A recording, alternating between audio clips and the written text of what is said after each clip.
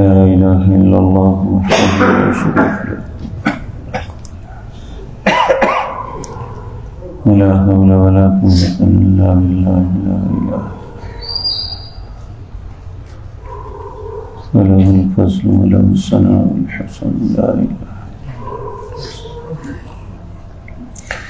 إن الحمد لله نحمده ونصلي على رسوله الكريم أما بعد أعوذ بالله السميع العليم من الشيطان الرجيم بسم الله الرحمن الرحيم ومن الناس من يتخذ من دون الله أندادا يحبونهم كحب الله والذين آمنوا أشد حبا لله ولو يرى الذين ظلموا إذ يرون العذاب أن القوة لله جميعا وأن الله شديد العذاب استبرأ الذين اتبعوا من الذين اتبعوا ورأوا العذاب وتقطعت بهم الأسباب وقال الذين اتبعوا لو أن لنا كرة فنتبرأ منهم كما تبرأوا منا كذلك يريهم الله أعمالهم حسرات عليهم وما هم بخارجين من النار. حضرات محترم، جس طرح کی کل کی مجلس میں بھی یہ بات عرض کی تھی کہ دنیا کی قدیم ترین جتنی بھی اقوام گزری ہیں ہمیشہ الا ماشاء اللہ ان کا عقیدہ یہی رہا ہے کہ یہ نظام قدرت کائنات کا نظام ایک اللہ کی ذات نہیں چلا سکتی، بلکہ اللہ نے اپنے معاملات لوگوں کے درمیان تقسیم کیے ہوئے ہیں. وہ نعوذ باللہ اللہ کے معاون اور مددگار ہیں، جبکہ اللہ رب العزت نے اس کے جواب میں یہ فرمایا الہکم الہ واحد، تمہارا الہ صرف ایک ہے، وہ اکیلا ہے، اس کا کوئی شریک نہیں. نبی کریم صلی اللہ علیہ وسلم جب دعا مانگتے تو دعاؤں میں یہ کلمات اللہ کے حضور ضرور کہتے، اللہم انت الملک لا شریک لک، اے اللہ تو بادشاہ ہے، صرف تیری بادشاہت میں تیرا کوئی شریک نہیں. والفرد لا ند لک، تو اکیلا ہے، تیرا کوئی وزیر نہیں، کوئی تجھے مشورہ دینے والا نہیں. کل شیء حالک الا وجہک، کائنات کی ہر چیز نے ہلاک ہونا ہے، صرف تیرا چہرہ باقی رہنے والا ہے. اور قرآن کریم کے اندر بھی اللہ رب العزت نے فرمایا کل من علیہا فان ویبقى وجہ ربک ذو الجلال والاکرام، کائنات کی ہر چیز فنا ہو جائے گی، صرف اللہ رب العزت کا چہرہ باقی رہے گا. اور اس کے بعد اللہ رب العزت نے آیت نمبر 163 کے اندر اپنی 8 صفات گنائی ہیں، جو کل کی مجلس میں آپ کے سامنے عرض کی کہ زمین و آسمان کا خالق کون ہے اللہ کے علاوہ، دن کو رات اور رات کو دن بدلنے والا کون ہے، سمندروں کے اوپر اتنے بھاری بوجھل جہاز چلانے والا کون ہے، جبکہ لوہے کا معاملہ ہمیشہ یہ ہے کہ لوہا پانی کے اوپر نہیں تیرتا، لیکن اللہ رب العزت نے انسان کو ایسا فہم دیا، اسی لوہے کو ایک خاص زاویے پہ بناتا ہے تو وہ ٹنوں نہیں بہت زیادہ وزن لے کے پانی کے اوپر تیرتا ہوا ہزاروں میل کا سفر کر جاتا ہے. اللہ رب العزت فرماتے ہیں اگر میں چاہوں وَإِن نَشَأْ نُغْرِقْهُمْ فَلَا صَرِيخَ لَهُمْ وَلَا هُمْ يُنْقَذُونَ، میں چاہوں تو درمیان میں غرق کر دوں، تمہارے پاس اس کی آواز بھی نہ پہنچے. الا رحمتا منا ومتاعا الی حین، اگر کوئی سواری سمندر کے اوپر اپنا سفر مکمل کرتی ہے تو یہ اللہ کی رحمت ہے. آج چاہے فضا میں اڑنے والی سواری جہاز ہے، زمین میں چلنے والی رینگنے والی جو سواریاں ہیں، کار ہے، بسیں ہیں، علی ھذا القیاس ٹرینیں ہیں، اگر کوئی اپنی منزل مقصود پہ پہنچتی ہے تو الا رحمتا منا، اللہ کہتے ہیں یہ میری رحمت ہے. اسی طرح آسمان سے بارش برسانا اور زمین مردہ کو زندہ کرنا کون کر سکتا ہے؟ آپ دیکھیں اس سال ایک ٹرائی کی گئی کہ مصنوعی بارش برسائی جائے، اور وہ چند قطرے پانی زمین پہ گرانے کا رد عمل کیا ہوا کہ پوری سردیاں میں بارش نہیں ہو سکی۔ اللہ رب العزت اپنے خلاف کوئی بات برداشت نہیں کرتا، اور جن لوگوں نے اپنے پیسے کے بل بوتے پہ یہ کیا وہاں جوہر لگے ہوئے ہیں، ریگستانوں میں بارش ہوتی نہیں تھی۔ آج سعودی عرب، خلیج اور دبئی، یہاں آپ دیکھیں کہ وہ موسم جو انتہائی گرم اور خشک ہوتے تھے بارشیں برس رہی ہیں۔ یہ اللہ رب العزت ہے، جہاں چاہے جیسے چاہے، جبکہ صدیوں تک ان کی تاریخ میں یہ بات نہیں تھی کہ بارش کبھی دیکھتے تھے۔ تو اللہ رب العزت فرماتے ہیں یہ میں ہوں، پھر میں جہاں سے چاہوں ان بادلوں کو اٹھا کے ہواؤں کے زور پہ لے جاتا ہوں، اور یہ زمین اور آسمان کے درمیان جو معلق ہیں کر کے تو دکھاؤ۔ ہم نے درمیان میں کوئی چیز یا اوپر لٹکاتے ہیں یا نیچے سے ستون دیتے ہیں۔ اللہ فرماتے ہیں یہ میں نے، ان فی ذلک لآیۃ لقوم یعقلون، یہ ساری باتیں نشانیاں ہیں عقل والوں کے لیے۔ جو ان باتوں کو نہیں سمجھتا اللہ کی نظر میں پاگل ہے۔ اس کے باوجود یہ ساری دلائل براہین سننے کے باوجود اللہ فرماتے ہیں وَمِنَ النَّاسِ، آیت نمبر 165،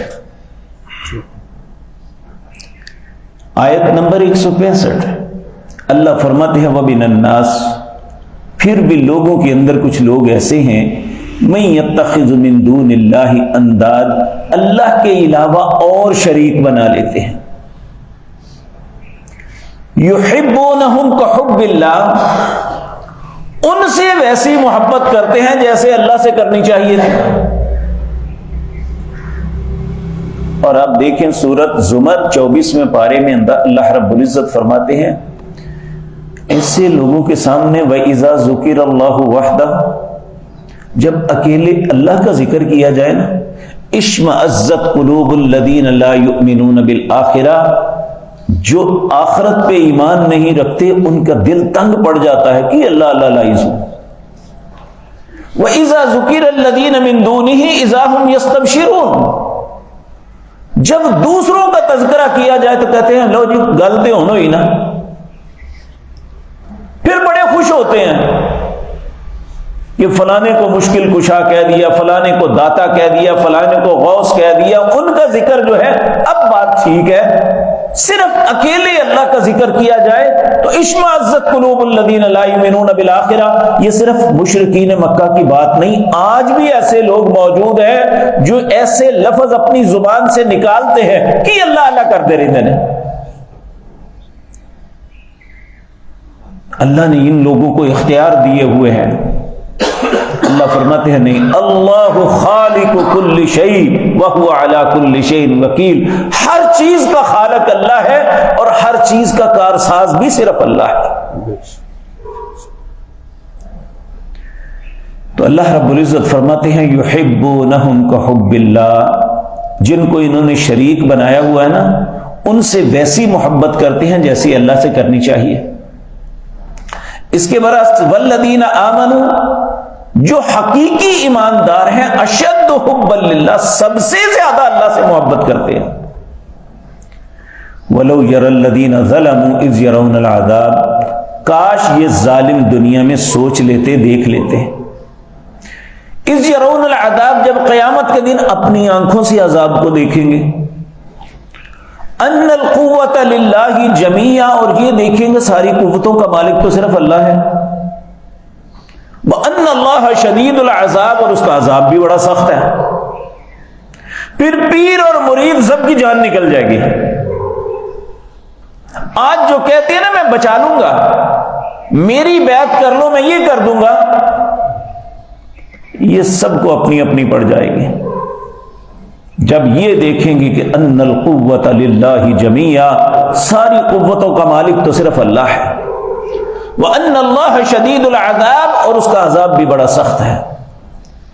اِسْتَبَرَّ الَّذِينَ اتُّبِعُوا مِنَ الَّذِينَ اتَّبَعُوا، پھر اس وقت جن کی تابع داری کی جاتی تھی نا، وہ بیزاری کا اظہار کرتے ہیں، کہتے ہیں ہم نے تمہیں کہا ہی نہیں تھا، ہم نے کب کہا تھا، ہمارا تمہارا کیا تعلق ہے، مکر جائیں گے۔ آج دنیا میں بیعتیں لینے والے، ان کے مال کھانے والے مکر جائیں گے۔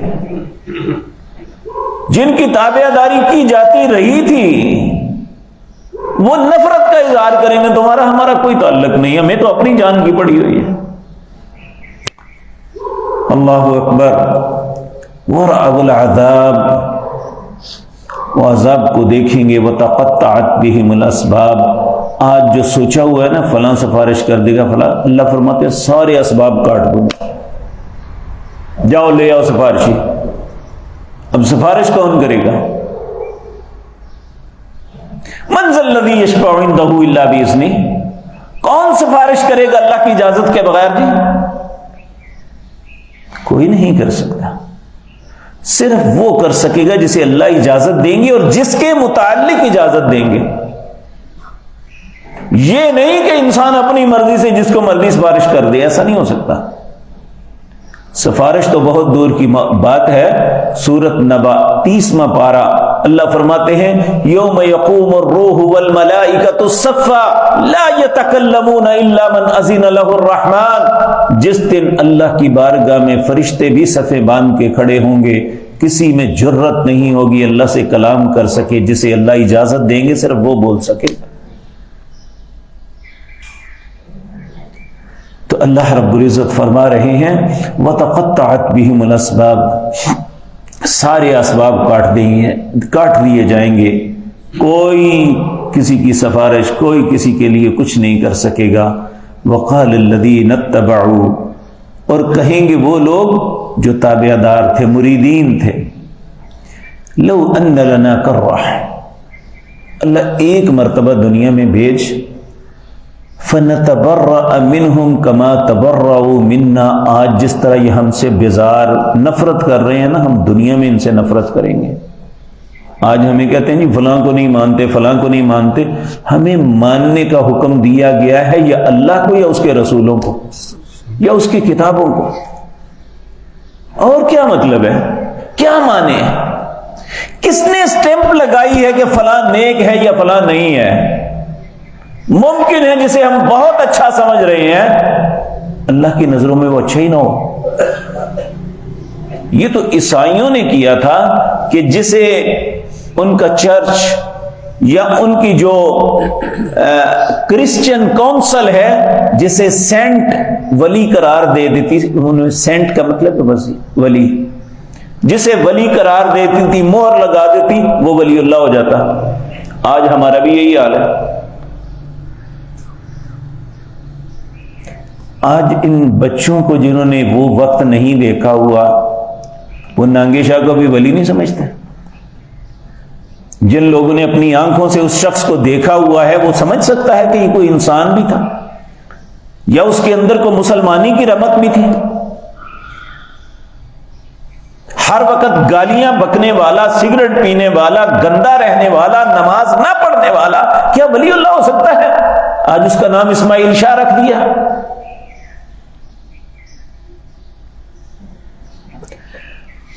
اللہ رب العزت ہمیں ہدایت نصیب فرمائے۔ یہ اس وقت حسرت اور افسوس کے علاوہ کچھ نہیں ہوگا۔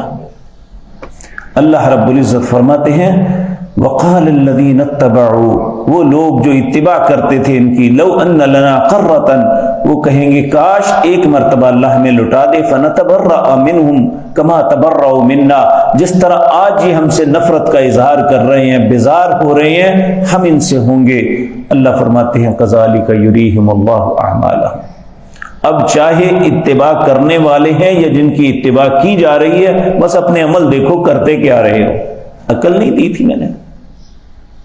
اللہ کی زمین پہ رہتے تھے، اللہ کی نعمتوں کو کھاتے تھے، اللہ رب العزت کے دی ہوئی عزت کو امیل کرتے تھے، اپنے خاندانوں پہ فخر کرتے تھے جن خاندانوں میں اللہ نے تمہیں پیدا کیا، پھر اللہ کی ہی مخالفت۔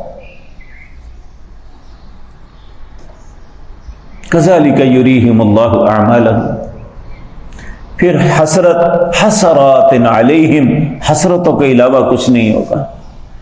کاش میں ایسے کر لیتا، کاش ایسا نہ ہوتا، کاش یہ نہ ہوتا.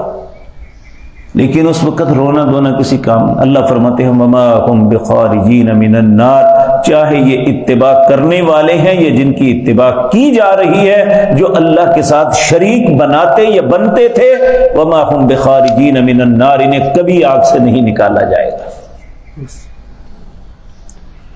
اس لیے میرے عزیز بھائیوں، شرک جو ہے نا، اس کا آغاز ہی محبت اور عقیدت سے ہوتا ہے.